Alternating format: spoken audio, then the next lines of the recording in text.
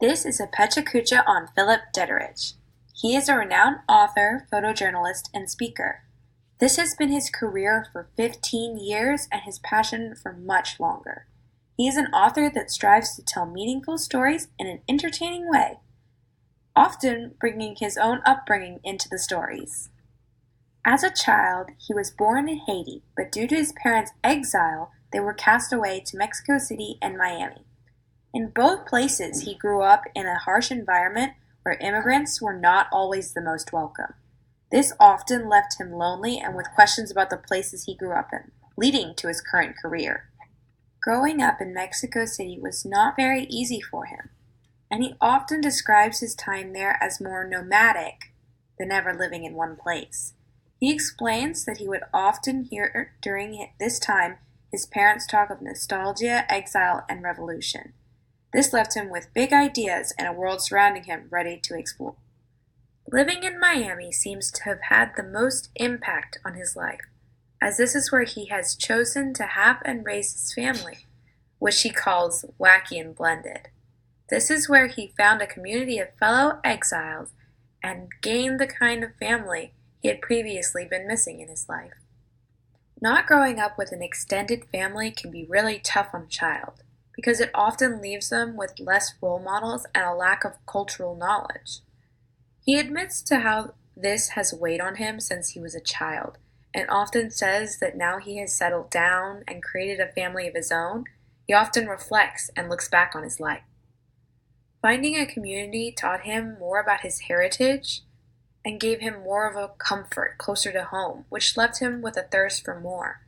This is one of the reasons he enjoys photography so much, because he can capture moments in time and learn from them and be moved by them.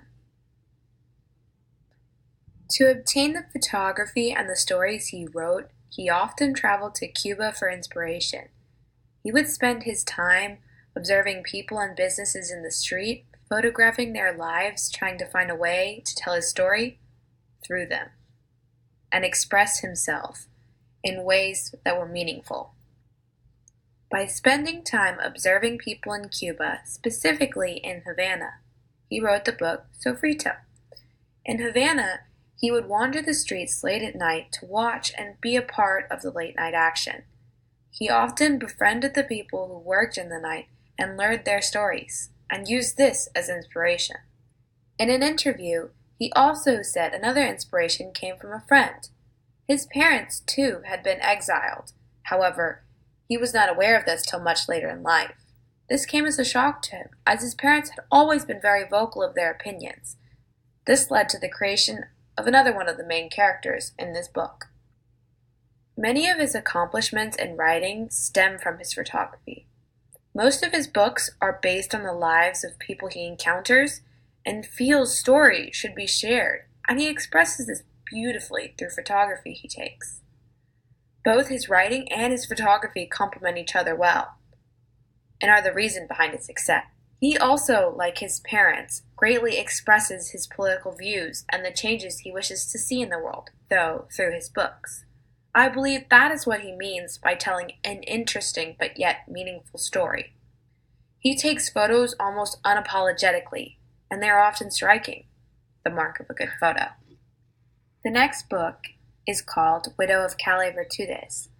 It is a fast-paced short story of a town called Calle Virtudes and how one woman fit into society till she lost a husband, then regaining normalcy with a new man, only to find her husband back home alive again, living normal again. The husband in this story supposedly dies when he goes north to find work to support his family, and is reported back to have fallen out of the vehicle to his death.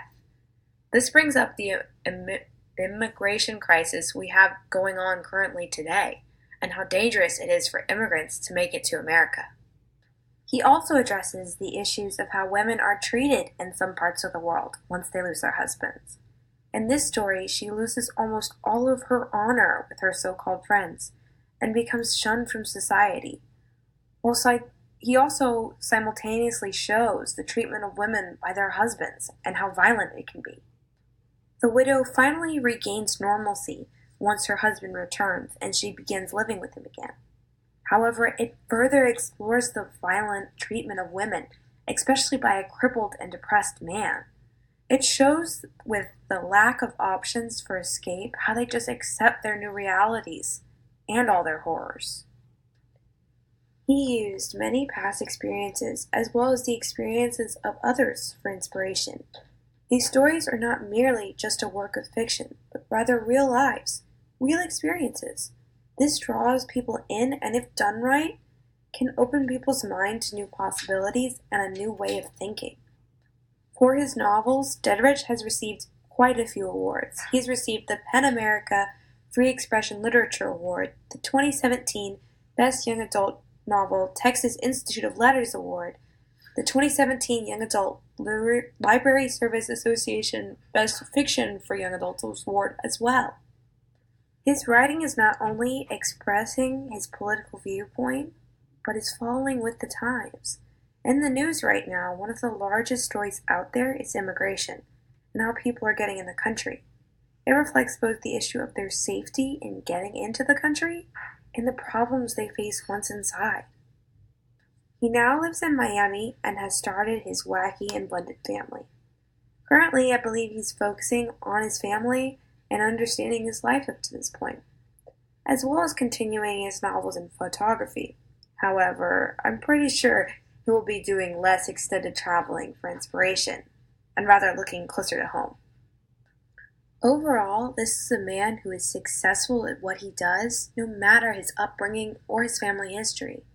He's an unbelievable storyteller and is an amazing photographer, with the ability to capture real life and express it, while showing his political views and a great story.